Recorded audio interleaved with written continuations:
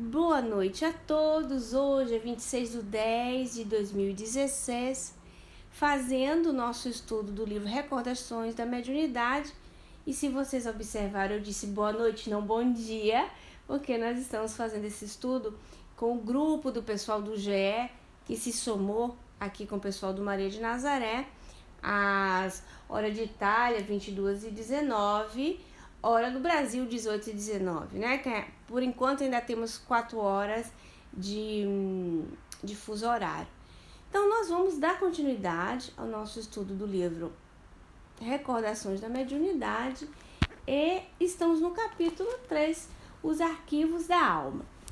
Recapitulando, para quem está chegando agora e ouviu, assim, vamos dizer assim, por cima, alguns dos áudios, a Dona Ivone está descrevendo para nós o que ocorreu com ela quando ela teve aquele sono, aquele coma que ela entrou por 2 meses. Ela tinha 42 anos de idade. Passou uma chateação muito profunda com a família. Por sinal, essa chateação eu não consegui descobrir o que é, nem com os biógrafos dela, tá? Então eu não consegui descobrir o que foi que ocorreu com a vida dela pessoal, que ela se deixou abater de um certo ponto que entrou num sono profundo por 2 meses. Então ela faz assim, conjecturas sobre o que poderia ter sido esse sono. Então, eu agora vou começar a ler o livro para que nós possamos entrar no pensamento da Dona Ivone do Amaral Pereira. Vamos lá? Bom dia, boa noite, sereia, bem-vinda. Um beijo pra Silvana, pra Isa, pra Kelly, pra Tati, pra Adel, pra Dudu, pro Elcio, que estão aqui comigo, fazendo companhia para que esse estudo possa sair nessa semana e não ficar faltando, né? Então vamos lá. Sereinha, bem-vinda. Ela continua aqui. A personalidade humana, como não mais ignoramos, é rica de dons e possibilidades espirituais. E é bem possível que o próprio choque nervoso que me atingiu mecanicamente arrastasse as lembranças que se desencadearam então das camadas profundas da minha alma.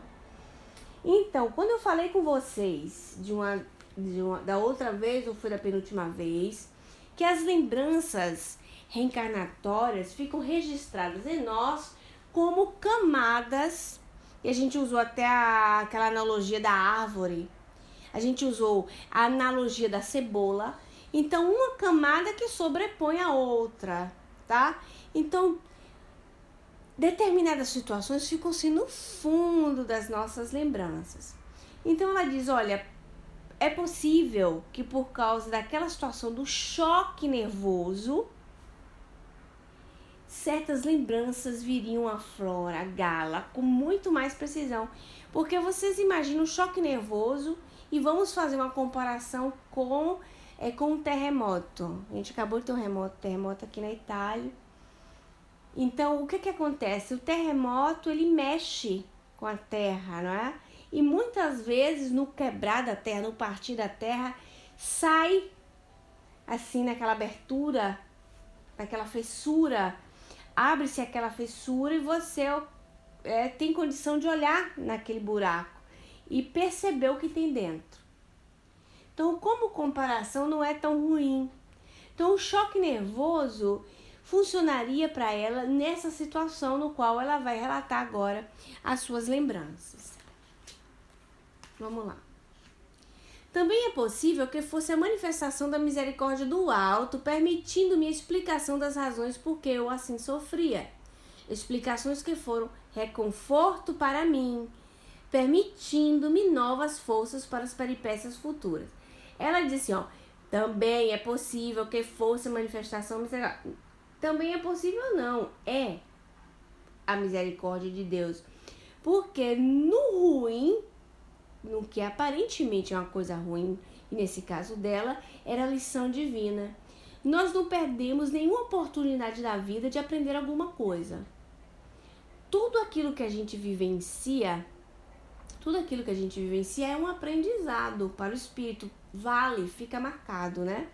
O Dudu colocou ali pra gente, seria como um choque anímico no médium? Dudu, mais ou menos seria. Agora, dela para com ela mesma. Porque já que ela, o choque anímico, né? Assim, para quem não conhece essa linguagem, tá, Dudu? Eu vou falar aqui pro pessoal. É a seguinte, tá na reunião mediúnica. Reunião mediúnica, estão os médiuns na mesa mediúnica e os espíritos que vão ser tratados se manifestam pelos médiuns. Tá bom? Então, alguns espíritos não têm noção que estão desencarnados. Ou outras circunstâncias que são várias, tá? Para não ficar muito comprido. Aí o que acontece? Quando ele se manifesta a sua personalidade no médium que está encarnado, a energia que o médium possui, que a gente chama fluido animalizado, e animalizado não é no vulgar, querem chamar ninguém de animal, não. É porque tem vida, tem ânima, não é? Vida carnal. Esse fluido, ele tem uma energia diferente. A energia do encarnado é diferente da energia do desencarnado. Então, esse choque, a palavra choque já dá para entender, é como se desse uma acordada no espírito e ele conseguisse compreender o que está acontecendo com ele, a situação que ele está vivenciando. Muitas vezes ele está ali numa perturbação espiritual, ele não está se reconhecendo como espírito, ele ainda acha que está encarnado, então ele se comporta como se estivesse encarnado, enfim. Esse choque anímico serve para dar uma acordada no espírito. E a palavra choque condiz bastante, né, Dudu? Porque se a gente for pensar assim, choque elétrico, tá, a pessoa dá aquela, né, aquela voltada em si. Então, o Elcio colocou ali pra gente, ó, uma recordações do próprio médium, sim. É uma lembrança pessoal dele, mas foi um choque, né? De uma certa forma, para acordá-la. Aí ela diz, foi também possível que tenha sido a misericórdia de Deus. Foi mesmo, porque no que aparentemente era uma coisa negativa, que ela entrou naquele sono, serviu para quê? Para que ela, tendo aquelas visões claras da sua situação, ela não se sentisse vítima. Porque a gente tende a sentir vítima. E ela tendo um preparo há 42 anos, a dona Ivone começou, quem lembra? A Diana não tá aqui hoje para responder, Dudu, eu vou pegar você. Com quantos anos a dona Ivone começou, Dudu? Eita, Dudu, e agora? Né? Então a dona Ivone já escrevia por inspiração daquele que foi o seu marido, né? Com 12 anos de idade. Ela escrevia artigos que eram publicados nas revistas na época, mas ela não tinha, assim, vamos dizer assim, noção clara que era mediunidade, para que depois aquilo fosse caminhando e virasse uma mediunidade ostensiva de fato, e ela fosse consciente que era uma comunicação mediúnica. Então tá bom, então olha, 12, 42, vamos dizer 30 anos de experiência mediúnica. Quando a gente fala 30 anos de experiência mediúnica, em que sentido? 30 anos de experiência, Juliana, no sentido assim, ela sempre vivenciou com o mundo espiritual desde pequenininha, 4, 5 anos, tá? Com 4, 5 anos ela já viu o Roberto de Canalejas dentro da casa dela, brincando com ela criança. Ela ficava assim escabriadinha, via aquele espírito ali que ela não entendia que era espírito, brincando com ela. Oi, Fábio, você tá entendendo? Isso é coisa do Elcio, viu? Isso é as artimanhas do seu Gomes aí, tá bom? Obrigada. E aí, ela tem 30 anos de experiência mediúnica, ok. Essa experiência mediúnica no qual eu me refiro não é somente lidar na prática com os espíritos. Tá lá, pã, a pessoa foi lá, trabalhou com a mediunidade. Não. Esses 30 anos no qual eu faço referência para vocês não é somente isso, mas é o desenvolvimento do perispírito dela na experiência, que isso é válido. Né? Então vocês imaginam aquela coisa da prática mediúnica, o desenvolvimento mediúnico na verdade consiste nisso. Não colocar a pessoa para trabalhar e ela vai fazendo experiência Então campos vão abrindo, vão desenvolvendo mesmo. Que não como é que eu posso dizer? Colocar a pessoa, vem cá, vou botar você para desenvolver a mediunidade. Não é nesse sentido restrito, mas na prática muito mais expansivo, como argumento. Então, porque a pessoa lidando, um adestramento, Dudu, e ela vai abrindo canais, ela vai se expandindo, porque ela vai criando uma prática. Vamos supor agora, a Adel vai fazer uma cirurgia. Aí, ela vai conhecer o médico dela, que vai fazer o cirurgião. O cirurgião que vai fazer a cirurgia dela tem 30 anos de cirurgia. Perfeito, ó. 30 anos não, que aí já fica muito velhinho, não gostei não. 20. 20 anos de experiência de cirurgia. E ele vai ter uma praticidade muito maior do que aquele que tem 2 anos, né? Na prática. E com 20 anos, nossa senhora, se ele for bem aplicado, olhe bem o detalhe, não basta só estar fazendo a coisa por 20 anos. Se ele for bem aplicado e aqueles 20 anos foram bem vividos, aí sim, ele tem, uma experiência daquelas. Mas tem gente que diz assim, mas eu sou espírita, tem 30 anos. Saúde, né? É espírita há 30 anos, mas é espírita do frequentar, de tomar o seu belo passe, de beber a sua água mediúnica, mas não desenvolveu água mediúnica, água fluídica, mas não desenvolveu um trabalho. Na verdade, todos os espíritas, que seriam aqueles chamados para o trabalho com Cristo. Não é? Não é assim? Então, 30 anos, em que sentido? Então, é o vivenciar mesmo. Tem um pessoal que eu vi, gente, numa palestra muito legal. Alguém do Brasil, não me lembro, que dizia o seguinte, que a casa espírita dele, ai meu Deus, fazia a formação, o pessoal frequentava e tal, eu vou lembrar, viu? E que depois de um certo tempo, estão sempre chamando as pessoas para trabalhar. Ai, meu Deus, o Richard Simonetti. O pessoal começa a frequentar, então tem sempre trabalho para todo mundo. Porque as pessoas são sempre convocadas por serviço. Então todo mundo que frequenta lá com o Richard Simonetti, em Bauru, tá sempre chamado para trabalhar. A um certo ponto a pessoa tá trabalhando. Não fica no frequentador, né?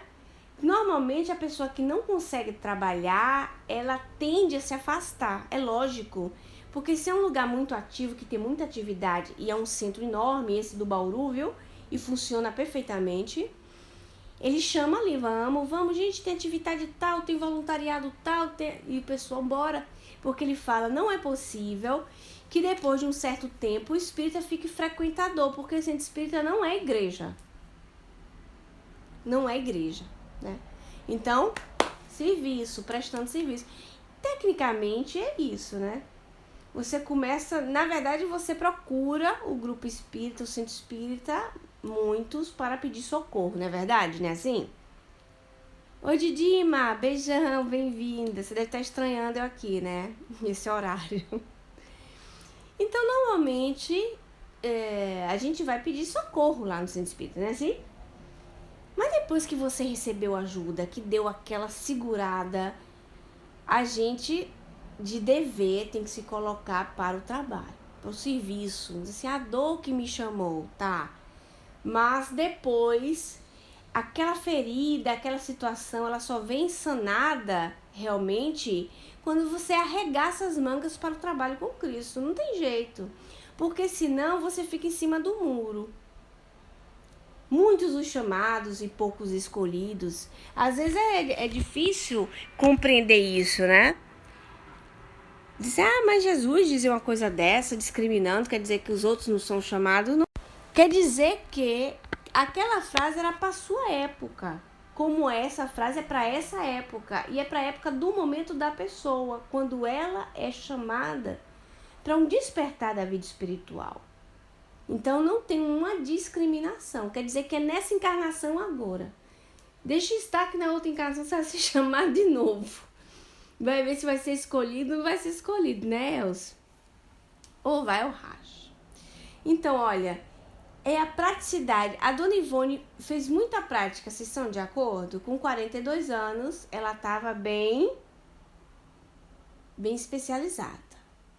Estava bem marcada. Estava com experiência para ninguém botar defeito, com 30 anos em mediunidade. Porque a Dona Ivone desencarnou com 84 anos de idade.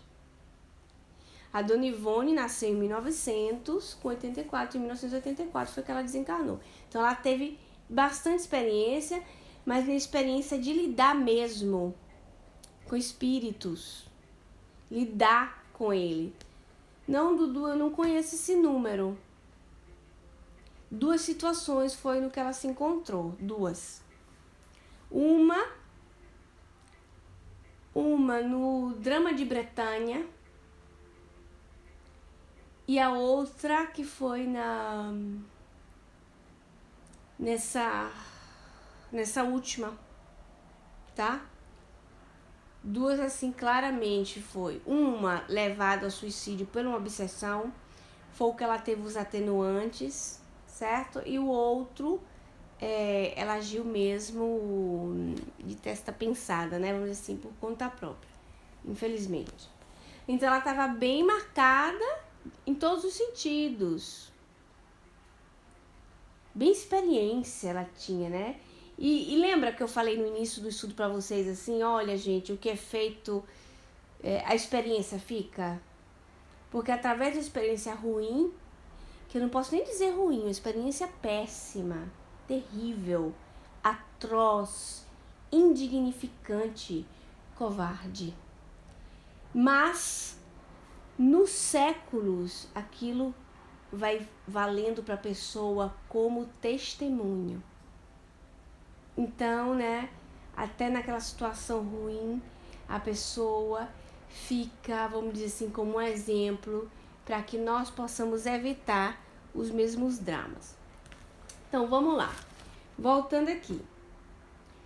Os 2 médicos requisitados para minha cabeceira não encontraram doença em meu organismo. Então, ela foi cuidada, né? Ela foi tratada com os médicos do mundo material. E não acharam doença nela. Nada que justificasse aquele coma de 2 meses. Prescreveram, então, tratamento para o cérebro, receosos de uma possível embolia ou qualquer outro choque cerebral.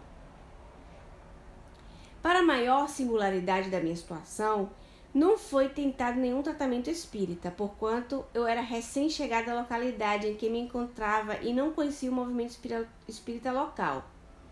Além do estado de inconsciência que me encontrei, sem condições para quaisquer providência a tal respeito. Olha que situação.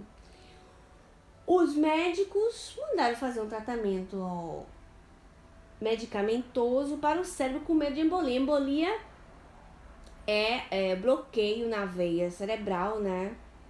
Um coágulo e dá um problema, dá um AVC. Jaqueline, bem-vinda entre nós. E dá um AVC, e dá um problema assim, né? Difícil, né? E o que é que acontece? Ela tinha mudado há pouco tempo e não conhecia o movimento espírita local. Olha que provação. Ou seja, não tinha nenhuma amizade com o movimento espírita, uma pessoa como a Dona Ivone. Isso é incrível, né? Dizendo isso, assim, como é que pode uma coisa dessa?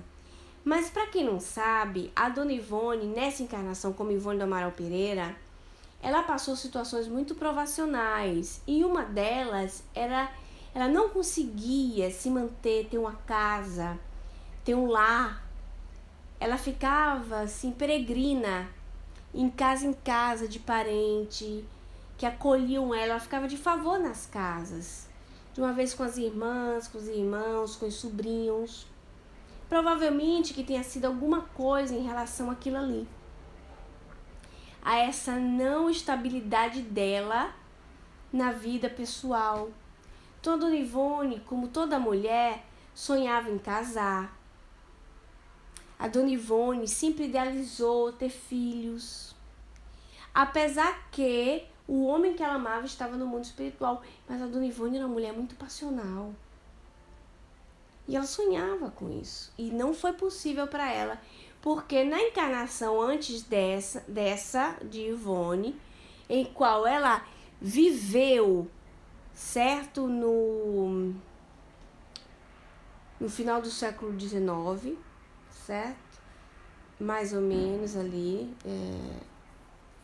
Ela tinha um marido maravilhoso, uma filha linda e um pai muito mais maravilhoso ainda que o marido, que era um homem já espírita, era um homem que já conhecia Allan Kardec, por sinal, fez parte de comunicações da mesa mediúnica de Allan Kardec na Sociedade Espírita Parisiense, certo?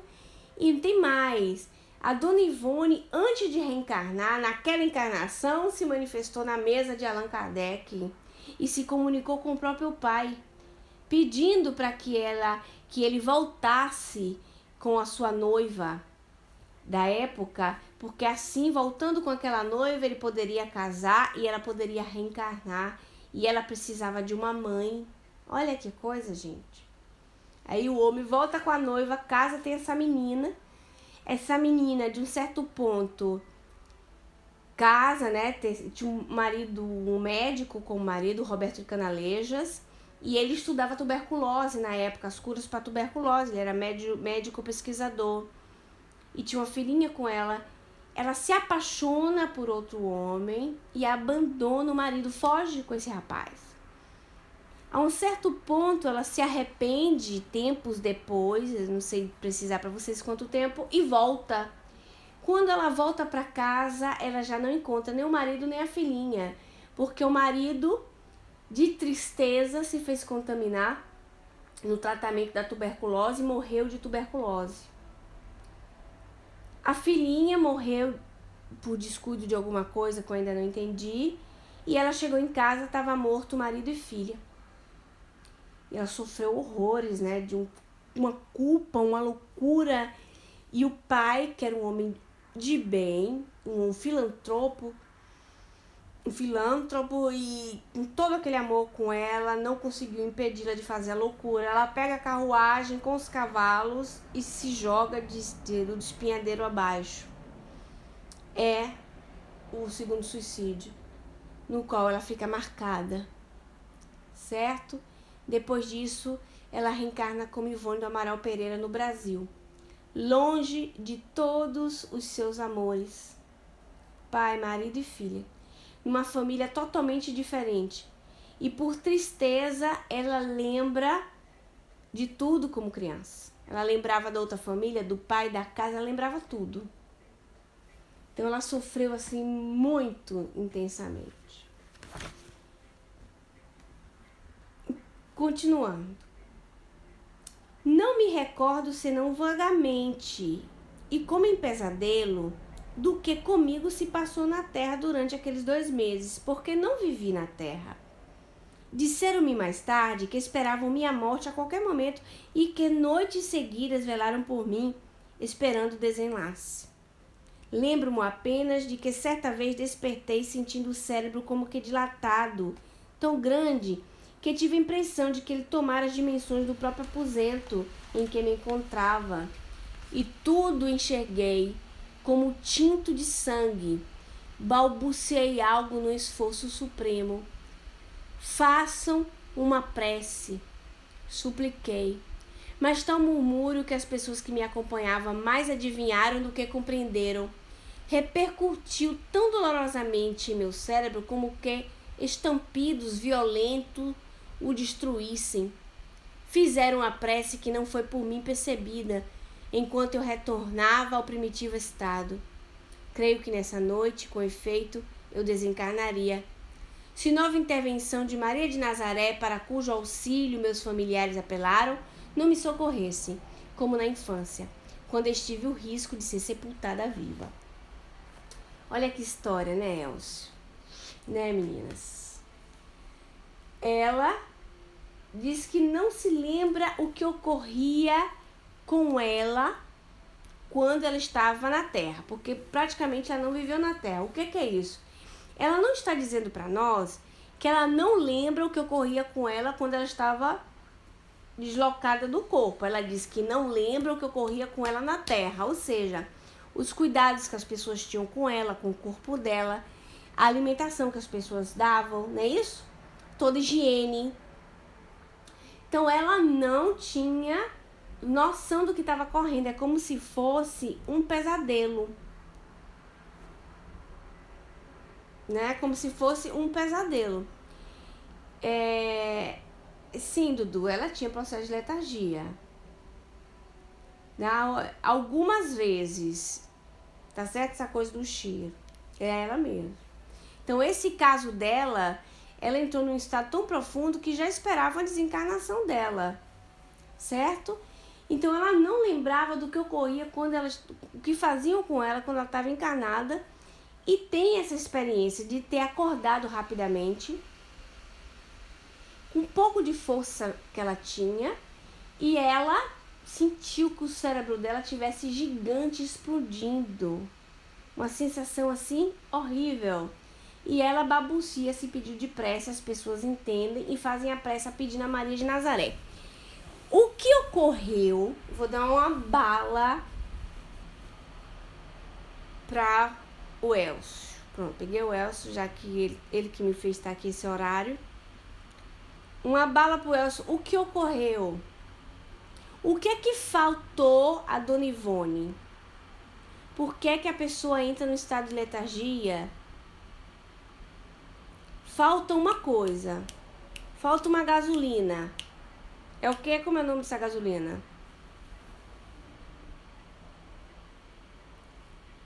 Fluido vital. Muito bem, Dudu. Tá vendo, Dudu? Que sem Diana aqui você responde as coisas, você fica se escorando na Diana. Tá vendo? Fluido vital. Porque o que é que nutre o nosso corpo? Do perispírito para o corpo? O fluido vital. É o elo entre perispírito e corpo. É a gasolina do nosso corpo. Então ela tinha, né, Dudu? Ela tinha baixo fluido vital. Não tinha vitalidade. Eis porque a aparência de quase morte. Eis porque não tinha força, não tinha energia para se comunicar para nada. Então ela estava muito mais para lá do que para cá. Quem lembra da morte do Frederico Figner do livro Voltei? Essa você tem que lembrar, Dudu. Você também estava no período desse livro. Você também estava.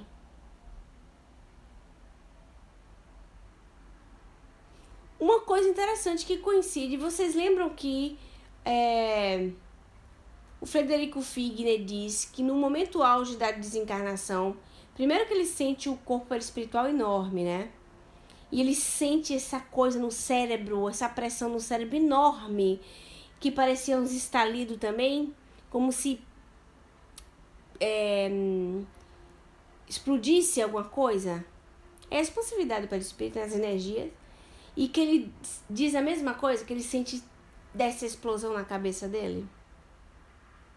E ela estava sentindo aquilo ali. Então ela diz, eu já estava para ir embora. Quando o pessoal faz a prece, eu já leio vocês na telinha. Quando o pessoal da família faz a prece e apela para Maria de Nazaré, o que ocorre? A gente tratou dentro do GE. É o tema de hoje, prece. Dole 1, dole 2, dole 3. Foi o que ocorreu. Quando nós... A 662, eu sei porque eu li hoje de manhã, né? Quando nós fazemos a prece a outrem, nós, por causa da nossa intenção, que é o bem, que chama prece intercessória, né? Foi hoje, viu, seu Gomes? O senhor viu sim, que o senhor comentou. Ah, não, o senhor comentou, só falou da Tati, né? O que a Tati tinha falado.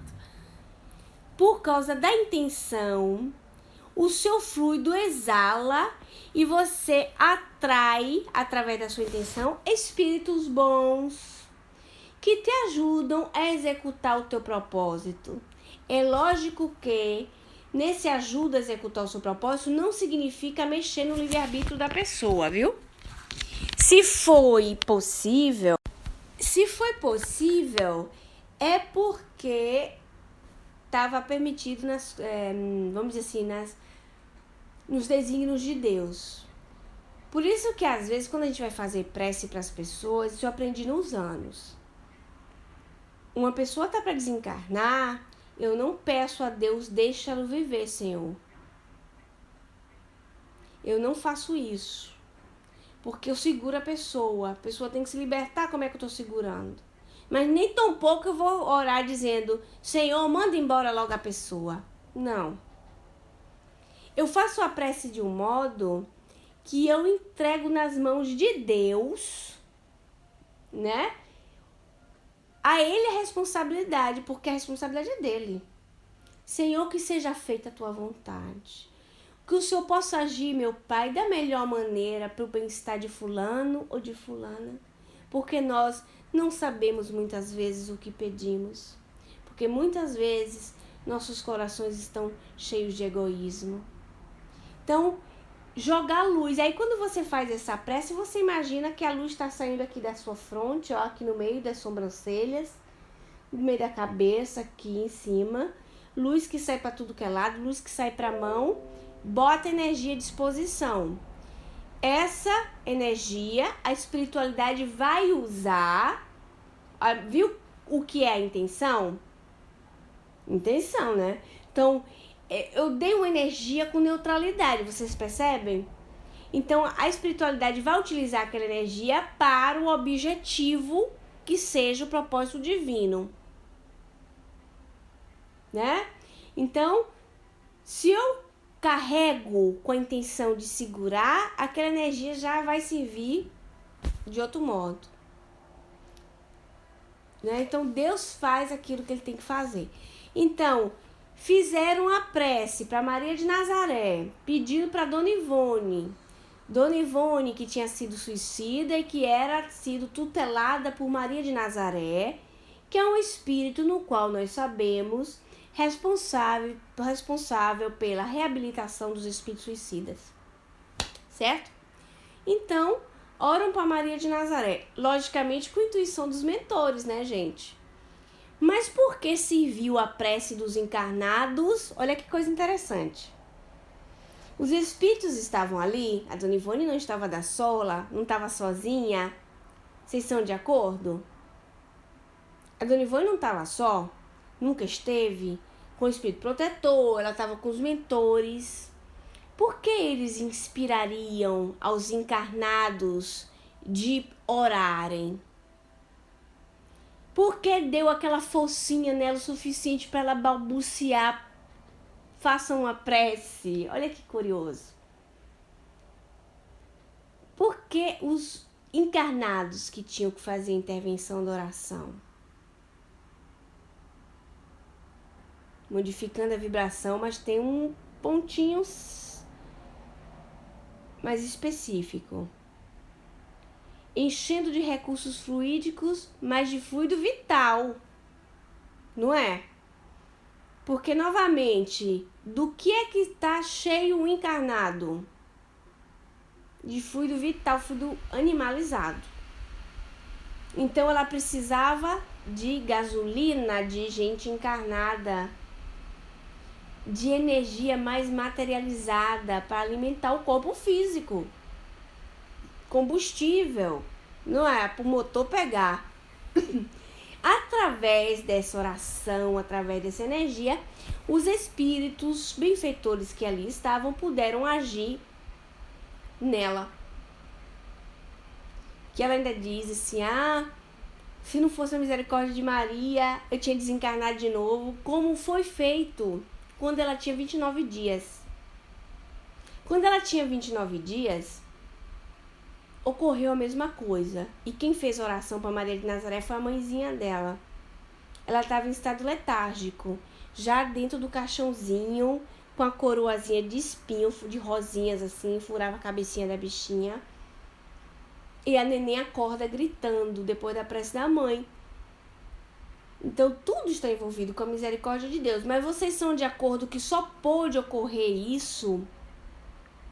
Só foi possível que isso ocorresse por causa que era necessário a ela ficar em vida? Na vida encarnada? Claro. Exatamente isso, né? Vamos lá. Então, esse assunto está bem claro, né? Vamos lá.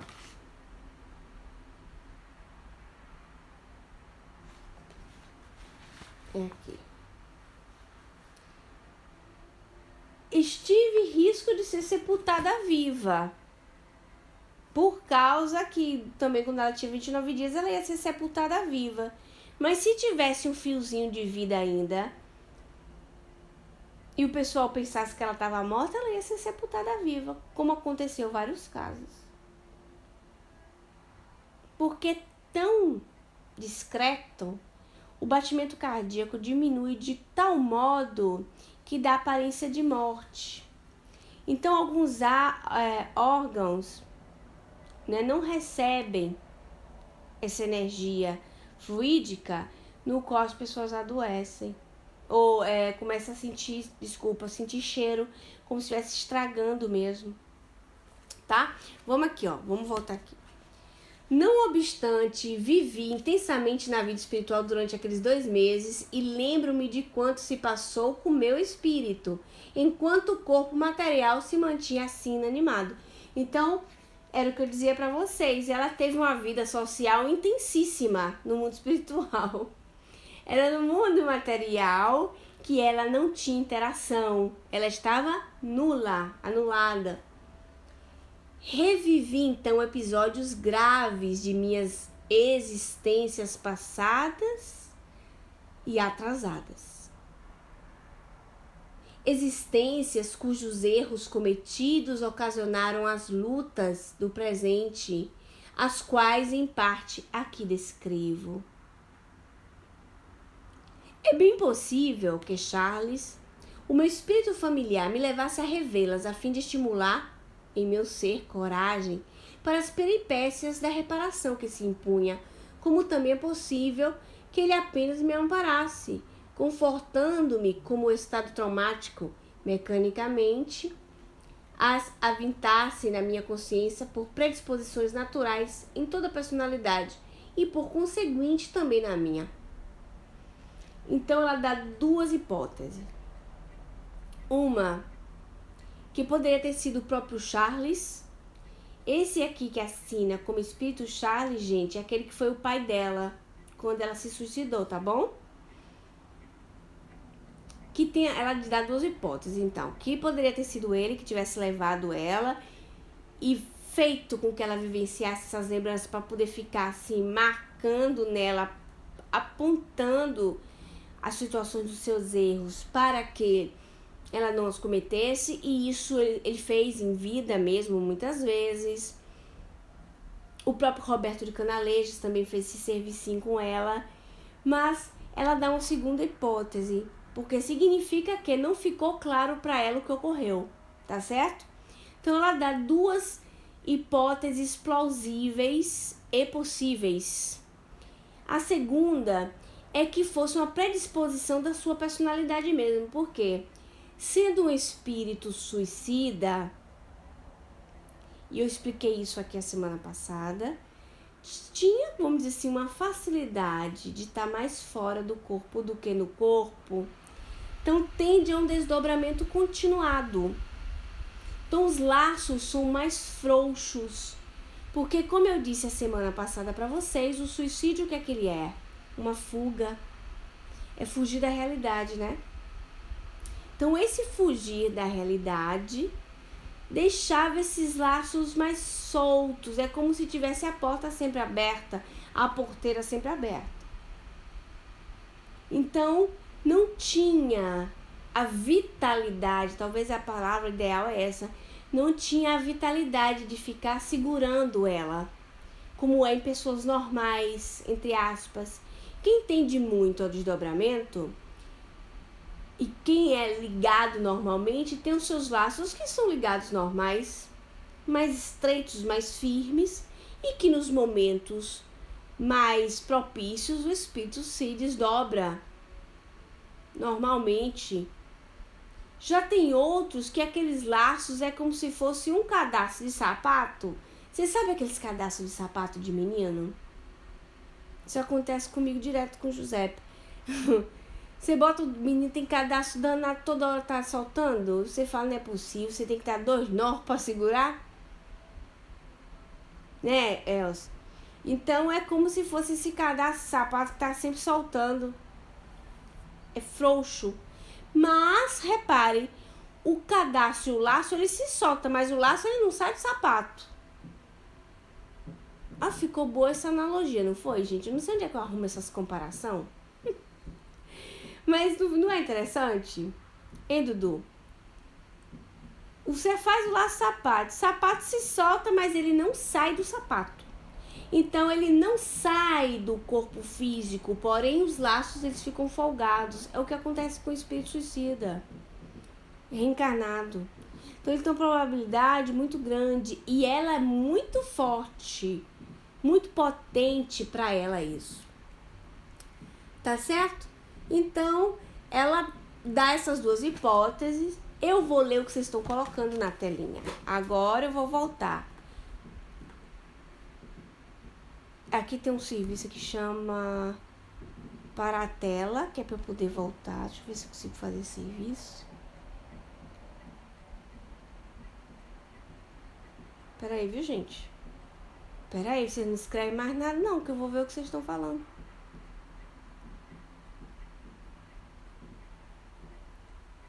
Aqui, não, eu queria pegar, eles são os comentários de vocês, eu percebo que são comentários. A Fatival fez uma pergunta. Ok, mesmo com depressão, temos fluido vital? Temos, claro, pode ter certeza. O fluido vital acaba, viu, Fati, quando a gente vai embora. Então, o último suspirar do fluido vital é quando você desencarna. A última gotinha de fluido vital. Então, nós podemos ter baixa de fluido vital, tá certo? Não ter uma conexão forte entre perispírito e corpo por causa de questões íntimas, de questões psicológicas, mas temos fluido vital. Então, o passe ajuda bastante, porque trabalha no neuropsiquismo, tá? Trabalha no perispírito, o perispírito vai ganhando, vamos dizer assim, uma forcinha e ele transmite. Aí a prece e o recolhimento também auxilia, diz o Elcio, com certeza. Ajuda muito, porque muda a vibração. Certo? Deixa eu ver vocês aqui. Aí eu ia voltar até, não consigo. Eu tô com o mouse do dedinho, então... Dudu colocou pra gente processo complicado esses desdobramentos, quando às vezes vai parecer que nunca volta. Ah, sim, Dudu. Mas tem que ter um treino, sabe, Dudu? Bem grande, uma confiança muito grande. Os projetores astrais tiram isso de beleza. É por isso que a gente tem que encarar essa temática. Quem tem muita tendência a isso, é interessante estudar a projeção astral. Não tem nada a ver com o espiritismo no sentido assim, não tá dentro da codificação mesmo, mas são temáticas interessantes para que a gente observe que é desdobramento mesmo, é emancipação da alma, tá? Então, ler, ouvir pessoas que falam disso faz com que a gente pegue esse tema com muito mais naturalidade, perca a insegurança, o medo, e a gente possa agir assim por normalidade. Tem um livro muito bom do Valdo Vieira que eu adoro, aprendi muito. Um livro que ele escreveu em 1979, que se chama Projeções da Consciência. Tá? Projeções da Consciência, adoro esse livro. Porque ele vai narrando as suas saídas, porque ele ia anotando, e sintomas, o que ele encontrou. É super legal. Tá bom? Você está falando da prece. O Elcio está falando da Dona Ivone. Tá certo. Aqui mais pra baixo vocês estão dizendo... Quanto mais distância, mais peso no corpo físico. Dudu, você sabe que é isso mesmo? Porque existe uma lógica para isso. Existe uma lógica.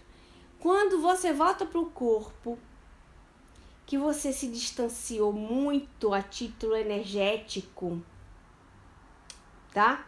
Então vamos dizer assim. Quando você se distancia do corpo a título energético numa projeção assim muito mais profunda, seu corpo diminui vitalidade. Vocês sabem que quando vocês dormem, o corpo diminui vitalidade, não é? A nossa temperatura baixa, os batimentos cardíacos baixam. Olha que coisa interessante isso. Então, nós temos mesmo o sintoma do que a gente estava descrevendo agora em proporções muito menores, daquele da Dona Ivone, lógico. Então, tem gente que se observa dormindo, que a pessoa que dorme com ela, o marido, ou um pai, uma mãe, fala assim, poxa, fulano, você quando dorme parece um cadáver. Porque parece que você fica lívida, naquela posição você fica a noite toda, não se move, que coisa impressionante olhar você dormindo. E a gente compreende que é um transe de saída do corpo muito profundo, porque para poder, não é, ter uma vivência mais expansiva fora do corpo, você tem que saber dela, né, Dudu? Dudu colocou aqui pra gente, viu, gente? Porque o pessoal ouve o áudio e não entende o que eu tô falando. O Dudu colocou ali pra gente. Será que a Laura pensa isso de mim? A Laura é a esposa dele, tá? Deve pensar. Você tem que perguntar pra ela. Então é um transe, assim, bem profundo. Já tem outras pessoas que, se você observar dormir, ela se mexe, ela vira pra lá, ela vira pra cá, ela tem, assim, né, uma irrequietezza, isso vai eu falando italiano, né? Ela é irrequieta, tá? Então ela tem, vamos dizer assim, os laços, o corpo responde mais forte as coisas. Então ela tem os laços mais assim, um sono de estar mais ligado ao corpo, vamos dizer assim. É interessante, né? Então, nós temos uma baixa de vitalidade naturalmente. Então, o que acontece? Vocês são de acordo que quando a gente sai, o nosso cérebro, ele não tá tendo todas as suas funções. Porque se estamos dormindo, logicamente, eu quero saber de vocês o que nós não fazemos quando dormimos. Sou toda ouvidos, toda os olhos. Quando nós estamos dormindo, quais são os sentidos que ficam anulados? Não precisamos usar a fala, é verdade? Então, vocês estão de acordo que a parte do cérebro da fala está imobilizada? Não serve, não usa. Se não serve para o espírito, ele não usa. O que mais? Beijo, sereia. A visão, ótimo. Então, a parte do cérebro da visão tá belezinha, tranquilizadinha ali, né? Dormindo não, tranquilizadinha. E todo o resto dos nossos sentidos, porque não precisamos dele. Porque esses sentidos estão transferidos aonde? No perispírito. Porque a visão, todo o resto de sentidos, em que eu enumere todos, é no perispírito. Em todos os lados. Então você vê para tudo que é lugar, você sente para tudo que é lugar, é tudo no perispírito. Quando nós voltamos pro corpo, é que no encaixe do corpo, esses sentidos vão sendo ativados. Porque o perispírito gruda no corpo, assume o cérebro, não é? Que é o meio de comunicação dele. Qual é o meu meio de comunicação com vocês agora? O computador. Computador com a internet, não é verdade? E o computador vai estar no server que vai chegar até vocês. Então, o meu cérebro é o meu meio de comunicação para o mundo. Então, se eu quero escrever para vocês, o que é que eu uso? Eu quero escrever para vocês agora, o que é que eu uso? O teclado. Pelas mãos, mas estou usando o computador, né? Exemplo, computador, meu cérebro. As mãos. Se eu quero falar, meu espírito Juliano está querendo falar com vocês. O computador é meu cérebro. Eu uso o microfone. Enfim, o meu cérebro é meu computador, é meu meio de comunicação. E o cérebro, ele tem as suas responsabilidades, porque ele vai assumir algumas partes do corpo. Na verdade, algumas não, perdão, isso é errado. Todas as partes do corpo e subdivisos, não é? Já venho ali, viu, Tati? Então, quando o Dudu, vamos pegar o Dudu agora como cobaia, o Dudu volta pro corpo, que ele não consegue falar, mas ele acordou. Aí ele tá vendo. Como é que eu tô vendo se meu olho não abre? É porque ele teve um despertamento antes de acoplar. Se chama acoplar. Antes dele acoplar. Ou uma outra palavrinha muito bonitinha, vocês aprendam aí, quem não sabe, que se chama recoincidência. Recoincidir, voltar pro corpo, tá bom? Então, ele acopla, recola, então ele acordou, põe, mas o cérebro, porque isso tudo é milésimo de segundos, você não se engane, não. O cérebro não assumiu a parte da visão, a parte motória, mas, né, Dudu? Então, é por isso que você acorda e não abre o olho, quer se mexer e o corpo não se mexe, aí você vai em pânico. Muita gente vai em pânico, fica aterrorizado. Nessas horas, gente, tá? Quem tá aí ouvindo. Nessas horas, quando acontece isso, é importante a gente manter a calma e observar, ficar lúcido e ver o que está ao nosso redor. São experiências maravilhosas. Aconteceu comigo algumas vezes isso, lúcido. E eu vou contar uma experiência minha pessoal. Uma certa feita eu tava dormindo na casa de minha tia, vindo aqui sempre da Itália, e na cama de casal, minha tia pra lá, com a cabeça pra lá e eu pra cá, né? Aí o que acontece? Eu acordei desse jeito. Aí, quis abrir o olho, não abriu o olho, quis mexer a pé, falei, olha. Só que nesse interim, eu ouvi a minha tia que roncava. E minha tia sempre foi aquela que roncava e dizia que nunca roncava. E eu ouvia claramente o ronco dela. Nesse meio tempo que eu ouvi o ronco dela, o meu tio que morava na casa, irmãos, os dois, né? Entrava, abria o portão, eu vi o cadeado, eu ouvia só, eu não via. Ou seja, eu devia estar no recoincidir direito. Então ele foi, abriu o cadeado, abriu a porta, entrou resmungando alguma coisa e eu ouvi tudo. E eu pude refletir.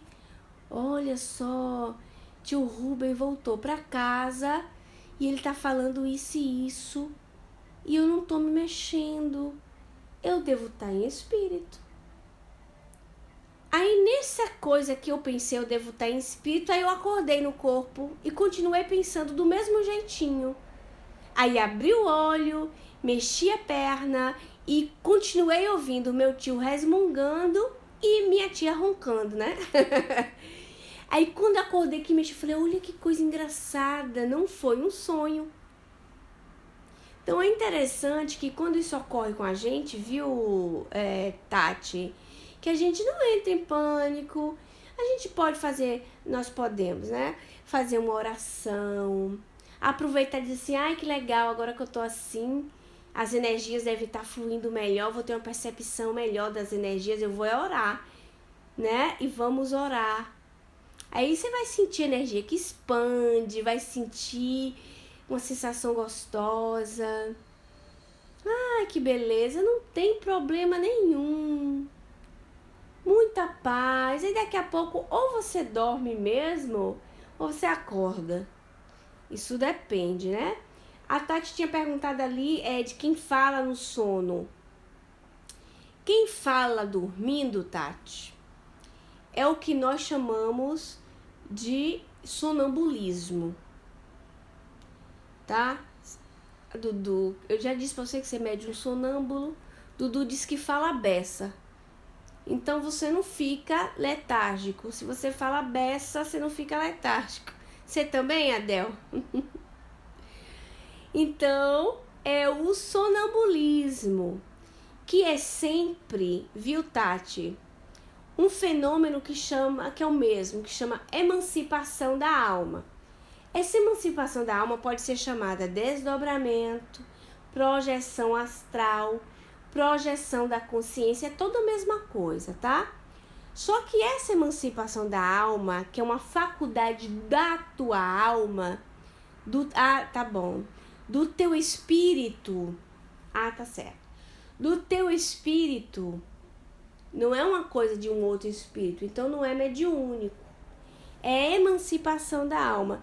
Essa emancipação da alma, ela vai ter várias nuances ela vai ter. Então ela pode ser letargia, catalepsia, êxtase, sonambulismo, dupla vista, e aí a gente inclui clarividência, tá bom? Que é uma faculdade no fato que você se desdobrando, ou seja, você lembra a questão do laço do sapato? Você fica assim como se fosse voando por perto do seu corpo e você tem uma expansão muito maior das percepções. No sono, você tá dormindo e você tá falando, é como se você espírito, Tati espírito, usasse a sua boca como alto-falante. Então a sua boca fala aquilo que você está vivenciando no mundo espiritual. Ou também, se você não estiver vivenciando alguma coisa no mundo espiritual, você está lembrando coisas que ocorreu no mundo espiritual, então você está repetindo, certo? Você está repetindo cenas. Então é isso, o espírito usa a sua própria boca física como um alto-falante, como um repetidor, vamos dizer assim, certo?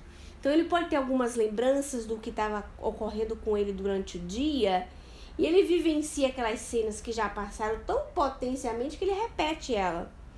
Mas ele repete não consciente, ele repete como se fosse um alto-falante. Tá bom? Eu acho que tá bom o estudo de hoje, né? Já deu, tá ótimo, vamos dar por encerrado. Quando for a semana que vem, na nossa quarta-feira, às 8 horas da manhã, para o Brasil, para nós. Semana que vem, para nós, na Itália, vai ser 11 horas da manhã, gente. 11 horas da manhã, porque aí muda o horário, passa a ser 11 horas da manhã. Tá bom? E é isso. Deixa eu voltar aqui mais alguma coisa. O Dudu disse que eu tô técnica. Ô, Dudu, mas eu tinha que explicar por que a pessoa voltava com sentido lógico, por que ela voltava e ela não abriu o olho, não mexia nada, né? Tinha que ter uma lógica para que a pessoa compreenda que é um fenômeno natural. A Tati colocou ali pra gente. Sonhar nitidamente coisas que acontecem pouco depois, meses. Sonhar com luz que fala pelo pensamento. Então, se você sonha com a luz que fala pelo pensamento, você não consegue, vamos dizer assim, visualizar o espírito que está comunicando com você. Tá certo? Então, ele aparece para você desse jeito. E é o que a gente chama mediunidade onírica. É um nomezinho que tem para dizer que você se comunicou com o espírito no sonho. Mas, na verdade, é sempre um sonho. É sempre a emancipação da alma. O sonhar nitidamente coisas que acontecem são pequenos momentos de clarividência. Tá? Porque você vê a distância, coisas assim do futuro próximo, cenas que ocorrem. Você fala, poxa, eu já vivi isso aqui. Eu já tinha visto essa cena. Algumas a gente bota o nome de déjà vu, porque você só lembra na hora, tá? Então, são pequenas coisas possíveis, lógico, são sempre coisas possíveis que você vivenciou num futuro próximo. Tá bom, gente? Tá claro pra vocês tudo aí? Ficou alguma dúvida? Deixei vocês mais confusos do que esclarecido? Ficou legal aquela coisa do cadastro, né, Dudu? Gostei também. Desenlaça, mas não sai. Porque eu fui falar desenlaçar. E aí eu pensei assim, poxa, desenlaça vai ficar parecendo que a pessoa se desenlaçou e saiu voando embora, né? E o verdadeiro desenlaçar é quando a pessoa desencarna mesmo. Então ela desenlaça, mas fica ligado ao corpo, né? Então o cada sapato fica no sapato. A Didima colocou pra gente ali. Ah, tá, Didima tá com saudade. Que bom, que bom. Foi assim, uma coisa assim que a gente tirou do nada esse estudo. Tinha promesso pro Elcio, né? Prometido pro Elcio. Que bom. Então vamos lá. E vamos fazer uma prece juntos, né? Para concluir o nosso trabalho. Olha que maravilha eu poder fazer a prece com vocês. Ai, meu Deus, o negócio caiu. Fazer a prece com vocês para poder dormir. Não é uma benção? Não é poder dormir junto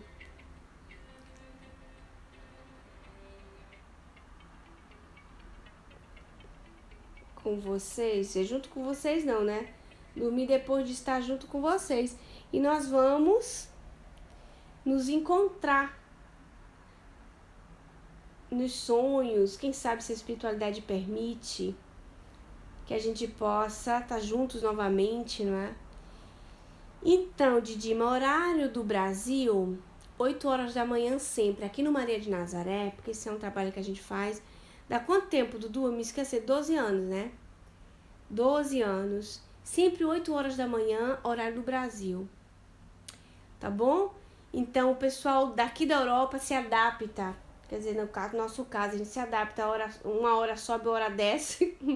Então, pro Brasil é sempre 8 horas da manhã. Pra nós é que vai passar a ser 11 horas da manhã.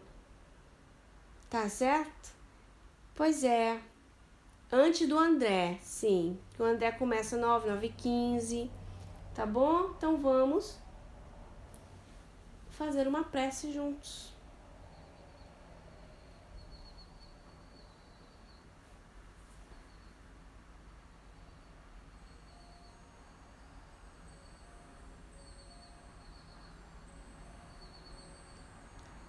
Pedindo, Senhor Jesus, mais uma vez a Tua presença no nosso coração, que se mantenha em prece e em louvores por Ti e a Ti. Começamos, Senhor, suplicando pelos nossos irmãos que sofrem perturbações espirituais, no nosso abençoado trabalho pelo José Francisco de Assis, às 21h30 ou 17h30 do Brasil.